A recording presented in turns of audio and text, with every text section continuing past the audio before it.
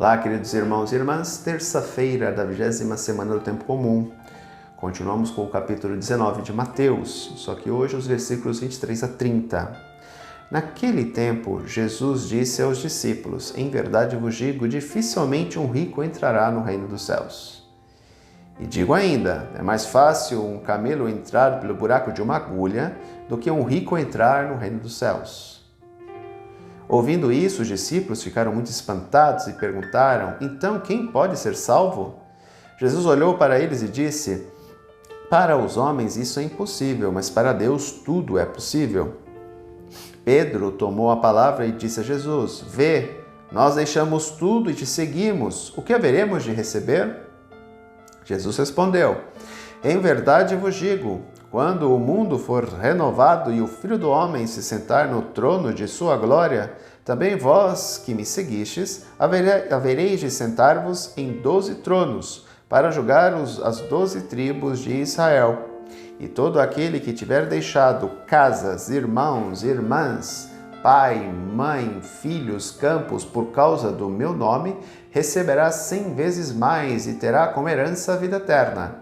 Muitos que agora são os primeiros serão os últimos, e muitos que agora são os últimos serão os primeiros. O texto de hoje é uma complementação do texto que nós vimos ontem, do jovem rico, que não foi capaz de abandonar tudo para se tornar perfeito na fé, na vivência da sua religião, do seu chamado. E Jesus usa a expressão: é mais fácil um camelo entrar no buraco de uma agulha do que um rico entrar no reino dos céus. Devemos entender uma coisa importante. Não é agulha como nós conhecemos.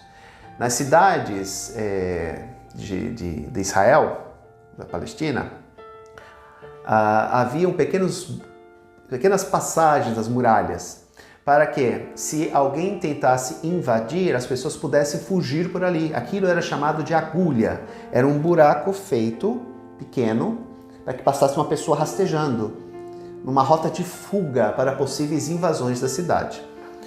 Isso era agulha. Portanto, o camelo, pelo tamanho dele, ele não teria como se abaixar totalmente e passar. Um ser humano conseguiria, mas um camelo não. Se passasse, passaria com muita dificuldade, dependendo do tamanho da agulha.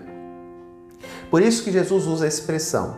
Tem muita gente que lembra da agulha da nossa agulha. Não. A agulha que Jesus se refere era essa passagem que existia nas cidades, na época dele, para fugir de possíveis invasões.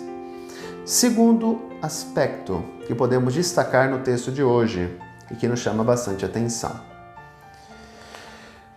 O espanto dos discípulos diante da afirmação de Jesus de que um rico seria difícil para ele entrar no reino dos céus. E aí eles perguntam, eles questionam, então quem pode ser salvo? Por quê? Lembremos que a religião judaica é marcada pelos méritos, ou seja, um rico ele tem condição de ir no templo todo dia ou toda semana e oferecer sacrifícios, porque ele tem dinheiro. Portanto, se ele oferece sacrifícios, as suas faltas, os seus pecados são perdoados. Lembremos que o templo é o centro da vivência religiosa de Jerusalém. E toda vez que alguém se tornasse impuro mediante alguma prática, ele deveria ir ao templo oferecer sacrifícios para a sua purificação. Portanto, os ricos, por causa do seu dinheiro, e porque eles poderiam oferecer diversos sacrifícios, eles estariam como primeiros. Eles conseguiriam entrar primeiro no reino de Deus. E aí Jesus deixa bem claro o seguinte: para os homens, independente se é rico ou pobre, isto é impossível. Porque o reino de Deus é dom de Deus, é graça de Deus. Ele dá a quem o quer, a quem ele quer. O homem não faz nada para merecer o reino de Deus. Deus concede a todos aqueles que creem nele, independente se são ricos ou pobres, santos ou pecadores. Ele concede o reino de Deus a todos. Por isso que Jesus vai dizer, para os homens isso é impossível, mas para Deus tudo é possível. Então, entender que o reino de Deus é dom gratuito dele. Todos nós Se crermos realmente nele de coração e buscarmos viver uma vida de acordo com aquilo que ele nos ensinou, entraremos no reino de Deus. Independente se somos santos ou pecadores, ricos ou pobres, homens ou mulheres e por aí vai. Todos nós somos chamados. Todos nós recebemos esta graça. Agora depende de nós acolhê-la ou não, como nossa padroeira. Rosa de Lima, para incentivar a si mesma e continuar doando-se, mesmo achando-se incapaz, costumava dizer: se não posso fazer as grandes coisas, então farei as pequenas bem feitas.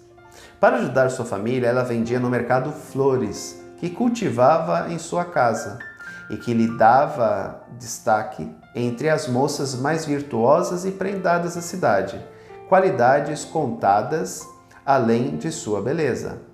Essa atitude fazia dela uma pessoa que na realidade era uma lutadora na presença do Altíssimo, uma conquistadora de almas para Deus, uma batalhadora mística tomada pelo íntimo ardor causado pela proximidade de Jesus Cristo. Rosa de Santa Maria bem sabia dos elogios que a envadeciam. Por isso, buscava ser cada vez mais penitente e obedecer em tudo aos pais. Dessa forma, crescia na humildade e na intimidade com o amado Jesus. Quando o pai perdeu toda a fortuna, Rosa não se perturbou ao ter que trabalhar de doméstica, pois tinha essa certeza: se os homens soubessem o que é viver em graça, não se assustariam com nenhum sofrimento e padeceriam de bom grado qualquer pena, porque a graça é fruto da paciência. A mudança oficial do nome de Isabel Flores para Rosa de Santa Maria ocorreu quando ela tomou o hábito da Ordem Terceira Dominicana, da mesma família de sua santa e modelo de devoção, Santa Catarina de Sena. Lembremos que a Ordem Terceira é uma ordem que ela é para leigos consagrados. E um dia a menina mostrou como gostaria de ser chamada, Rosa de Santa Maria. Bem mais tarde, ainda, Isabel Mariana de Jesus Paredes Flores e Oliva tornou-se conhecida no mundo todo pelo título que a Santa Igreja lhe conferiu, Rosa de Lima, ou melhor, Santa Rosa de Lima. E que essa nossa padroeira, cheia de amor e de graça, continue a interceder por nós. Santa Rosa de Lima, rogai por nós. Um grande abraço, até amanhã, se Deus quiser. Tchau.